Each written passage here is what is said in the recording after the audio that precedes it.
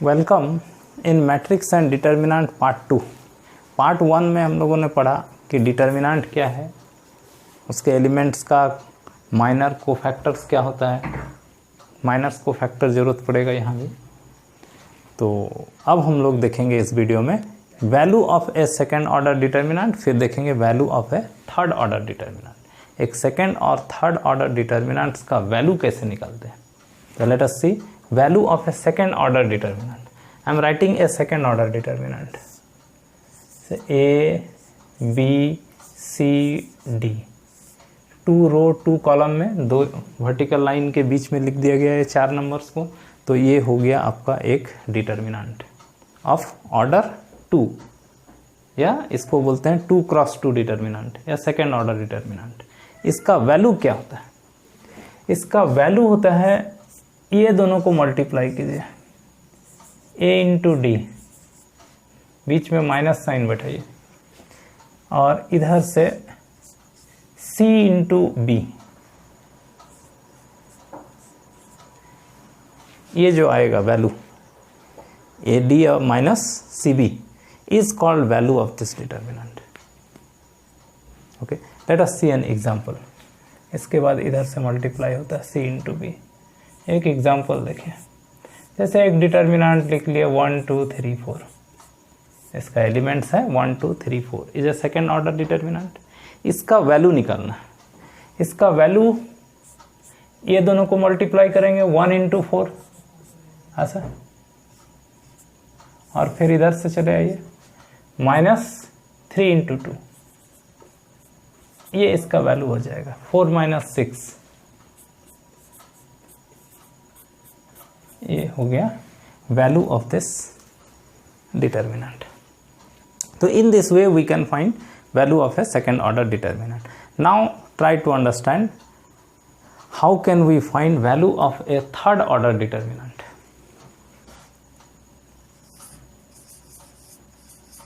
Value of a third order determinant को short में इतना ही लिखेंगे, हमेशा उतना लंबा नहीं लिखेंगे। डिटर्मिनेंट DET फुल स्टॉप, ये हो गया डिटर्मिनेंट। एक थर्ड ऑर्डर डिटर्मिनेंट लेते हैं,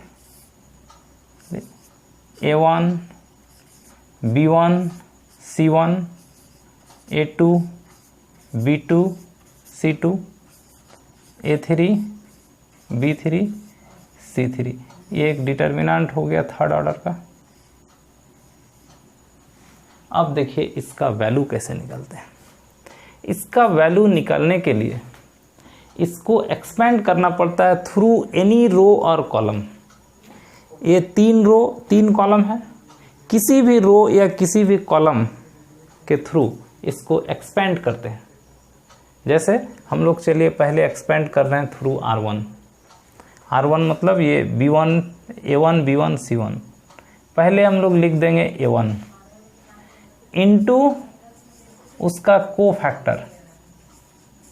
कोफैक्टर ऑफ A1 ऐसा, plus B1 into cofactor of B1, फिर C1 तो plus C1 into cofactor of C1। इस तरह से हम लोग इस मैट्रिक्स का वैल्यू निकालते हैं। ये जो आएगा सम, ये इस डिटर्मिनेंट का वैल्यू होगा। कैसे? A1 इंटू इसका कोफैक्टर, प्लस बीच में प्लस होगा B1 इंटू इसका कोफैक्टर, फिर बीच में प्लस C1 इंटू इसका कोफैक्टर। तो इस तरह से ये हम लोग एक्सपेंड किए थ्रू R1, थ्रू R2 भी कर सकते हैं, थ्रू R3 भी कर सकते हैं, थ्रू C1 भी कर सकते हैं, थ्रू C2 भी कर सकते हैं, थ्रू C3 भी कर सकते हैं। तो चलो थ्रू C2 करते हैं। जैसे B1 लिख दिए इंटू कोफैक्टर ऑफ B1 ऐसा लिखेंगे, फिर B2 इंटू, तब लिखना पड़ेगा उसका कोफैक्टर, जिसको लिखेंगे कोफैक्टर ऑफ B2, प्लस फिर क्या है B3 इंटू उसका कोफैक्टर।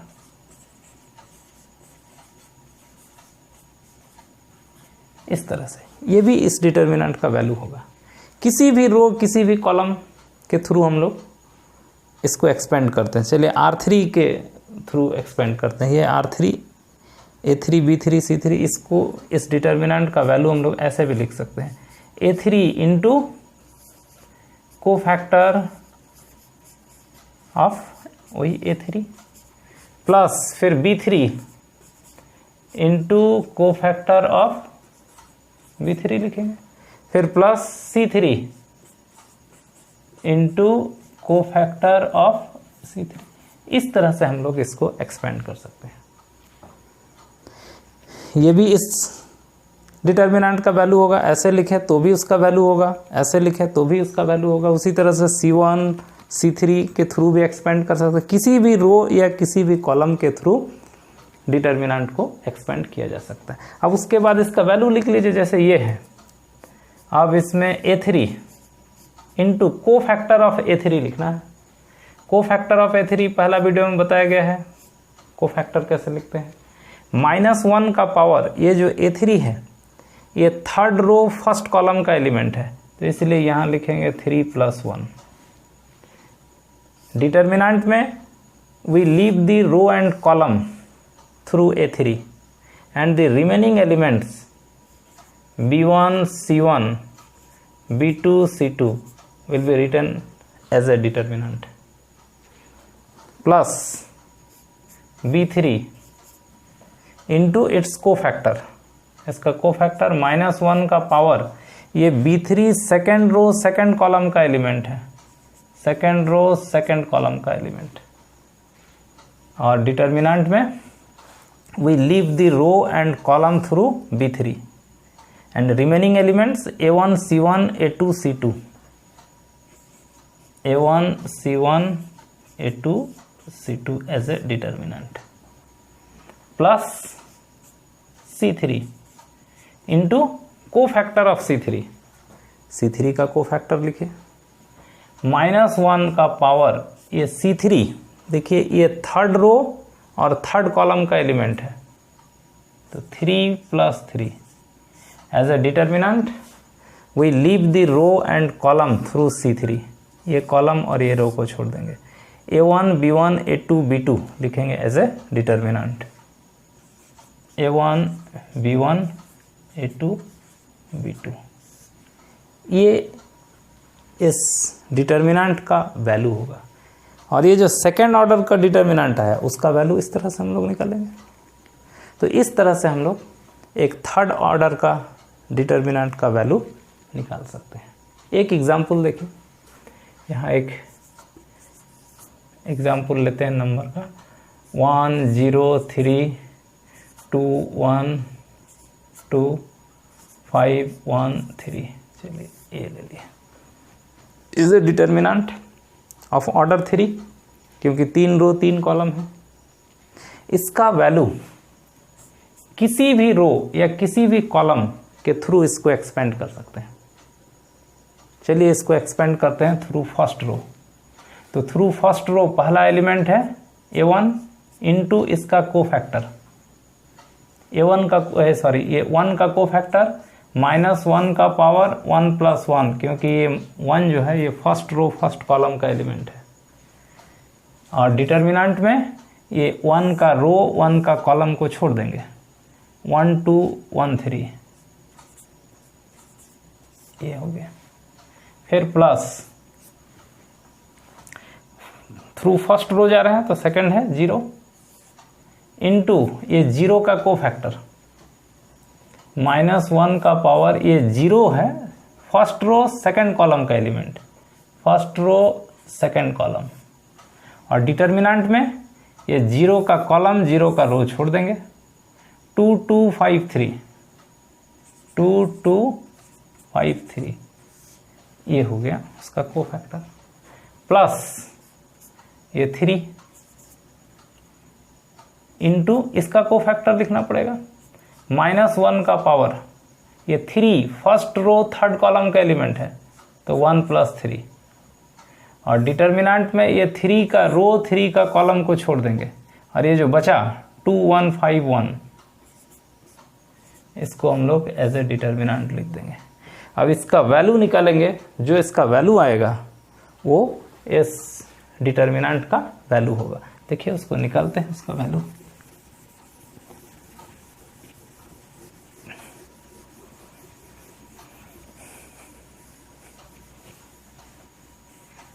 देखिए ये होगा 1 इंटू ये -1 का पावर 1 + 1 माने 2, ये हो गया प्लस माने +1 हो गया, और इंटू ये कितना होगा 1 × 3 -1 × 2। इस तरह से सेकंड ऑर्डर डिटर्मिनेंट का वैल्यू लिखते हैं। फिर ये 0 इंटू ये जो भी आए वो तो 0 ही होगा, तो उसको और जरूरत नहीं है, +3, और ये -1 का पावर 4 तो ये भी प्लस हो जाएगा, तो ये 3, और इसको तोड़ दीजिए, ये हो जाएगा 2 × 1 -5 × 1, तो 2 × 1 -5 × 1, तो ये हो गया 1 1 × 1 + 0 प्लस ये हो गया -3 × 3 -9, अब -9 + 0 + 1 -8, ये हो गया इस थर्ड ऑर्डर डिटर्मिनेंट का वैल्यू। और ये वैल्यू निकाला गया by expanding through first row. आप एक्सपेंडिंग थ्रू सेकेंड रो भी निकाल सकते हैं, आप एक्सपेंडिंग थ्रू थर्ड रो भी निकाल सकते हैं, आप एक्सपेंडिंग थ्रू फर्स्ट सेकेंड और थर्ड कॉलम भी निकाल सकते हैं। हम एक एक्सपेंडिंग थ्रू कॉलम निकाल कर देखते हैं सेम वैल्यू आता है कि नहीं। इसका वैल्यू निकालते हैं expanding through, let us expand through third column. ये थर्ड कॉलम है ना, इसके थ्रू एक्सपेंड कीजिए। पहला एलिमेंट है 3 इंटू ये 3 का कोफैक्टर -1 का पावर ये 3 third row third column element है, और डिटर्मिनेंट में होगा ये 3 का कॉलम 3 का रो छोड़ देंगे, 2 1 5 1 2 1 5 1 एज ए डिटर्मिनेंट, बीच में प्लस। हम लोग जा रहे हैं थ्रू थर्ड कॉलम, तो इसका सेकंड एलिमेंट है 2 into cofactor of 2 is a second row second column element, sorry second row third column element, तो -1 to the power second row third column 2 + 3, और as a determinant we leave the row and column through 2, ये वाला रो ये वाला column छोड़ देंगे, 1 0 5 1 1 0 5 1 as a determinant, ये हो गया कोफैक्टर ऑफ 2। फिर प्लस थ्रू थर्ड रो जा रहे हैं, थर्ड कॉलम जा रहे हैं, तो ये थर्ड एलिमेंट है इसका 3, तो इनटू करना पड़ेगा कोफैक्टर ऑफ 3, ये 3 का कोफैक्टर, ये 3 थर्ड रो थर्ड कॉलम का एलिमेंट है, तो -1 का पावर 3 + 3, और as a determinant we leave the row and column through this 3, इसका रो और कॉलम को छोड़ देंगे, तो बचा 1 0 2 1 1 0 2 1, इसको लिखेंगे एज ए डिटर्मिनेंट, तो हो गया 3 का कोफैक्टर। ये हो जाएगा इस डिटर्मिनेंट का वैल्यू। आना चाहिए उतना ही, -8, देखिए आता है कि नहीं। 3 -1 का पावर 6 प्लस हो जाएगा, ये होगा 2 × 1 -5 × 1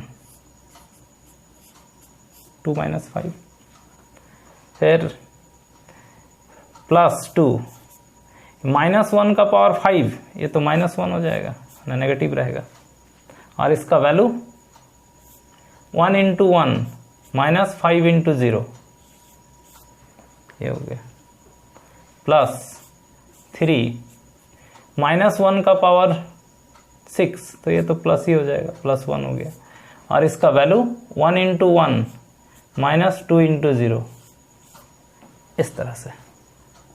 देखिए अब ये कितना होता है, ये हो गया -3 × 3 -9, और ये 1 - 0 1 हो गया, और ये 2 × -1 तो -2 हो गया, प्लस ये 3 और ये तो 1 माइनस 0 1 तो हो गया 3। तो इसको हम लोग लिख सकते हैं -9 प्लस 1 -8, वैल्यू वही आएगा -8। इसी तरह से आप इसको कोई भी रो या कोई भी कॉलम के थ्रू एक्सपेंड कर सकते हैं और इसका वैल्यू निकाल सकते हैं।